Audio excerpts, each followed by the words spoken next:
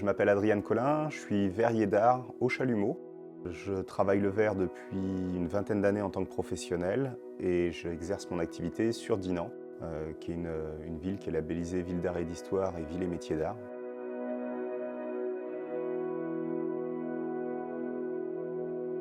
Je suis arrivé tout petit en fait sur Dinan. Mes parents sont céramistes. J'ai grandi dans le milieu des métiers d'art et eux se sont installés à Dinan il y a une grosse trentaine d'années.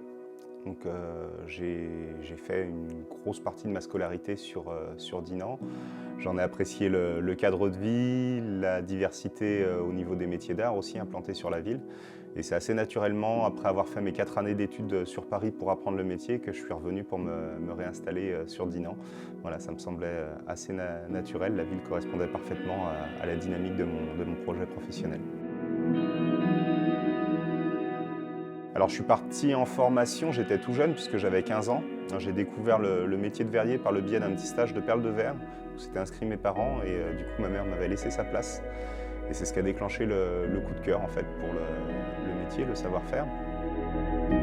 Ce qui est intéressant, c'est de donner la spécificité du verre au chalumeau, qui est la technique que j'ai choisie, puisqu'on a un panel de techniques dans le travail du verre qui est très large.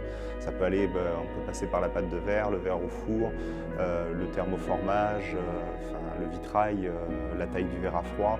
Voilà, moi j'ai été dans le verre au chalumeau parce que ça permet de travailler la finesse et le détail. J'ai toujours été quelqu'un de très minutieux et ça correspondait tout à fait à mon tempérament en fait.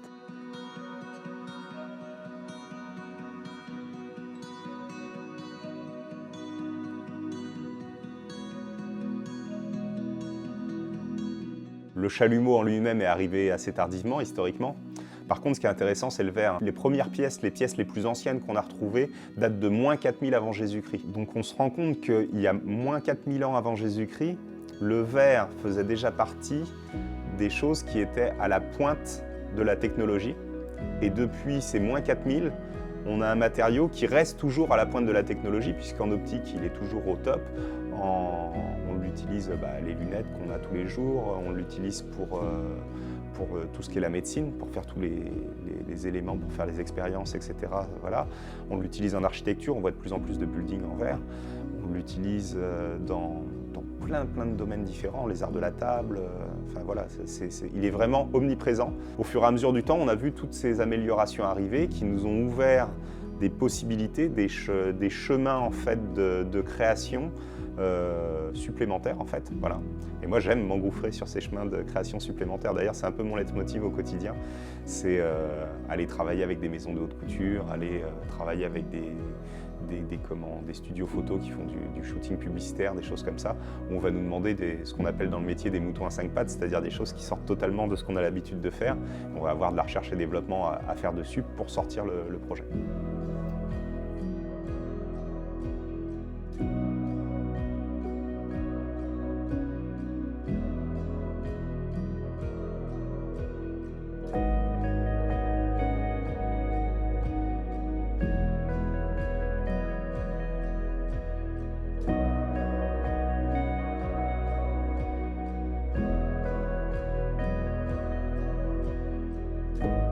Quand on est sur des sculptures, on va vouloir faire passer un message. Sur une sculpture, toujours, il y a toujours un message qu'on souhaite faire passer. Donc c'est comment on fait passer ce message. Par exemple, sur ma pièce de concours meilleur ouvrier de France, c'était l'éternel combat entre le bien et le mal. J'aimais bien le fait de faire des personnages avec une aile d'ange et une aile de démon, que personne n'est totalement bon ou totalement mauvais. Et du coup, l'interprétation, faut laisser libre cours aux gens. Ils avaient un globe terrestre en verre blanc, continent feuille d'or, ou verre noir, continent feuille d'argent, pour dire que selon comment ils utilisaient leur part de bien et de mal, ça avait une répercussion sur leur entourage, leur environnement. Et bien là, en fait, c'est à la libre interprétation de la personne, puisque le blanc ou le noir a une signification différente selon les cultures.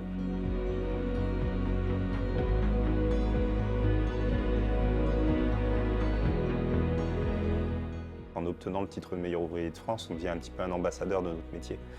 Et notre but, ça va être au-delà de se faire rayonner soi-même, de faire rayonner son métier. Et ça correspondait bien à l'éthique que je souhaitais avoir sur mon métier. Et du coup, c'est ce qui m'a aussi poussé à aller vers ce concours. Je pense qu'on est sur des métiers où le temps est au cœur de notre métier. C'est-à-dire qu'on commence par apprendre, le temps d'apprentissage de notre métier. Après, on a tout un temps où on va développer notre style artistique, notre patte un petit peu justement, notre vision du métier. Et puis après arrive un temps de transmission. Quand on arrive en fin de carrière, je pense qu'il est important de songer à transmettre ce que l'on a appris pendant toute sa carrière, parce que c'est aussi apporter une pérennité au métier. Et ça, c'est des valeurs qui sont très fortes, notamment chez les meilleurs ouvriers de France. C'est le savoir-faire du bon travail et savoir le transmettre. La transmission est une valeur qui est très importante au sein des meilleurs ouvriers de France.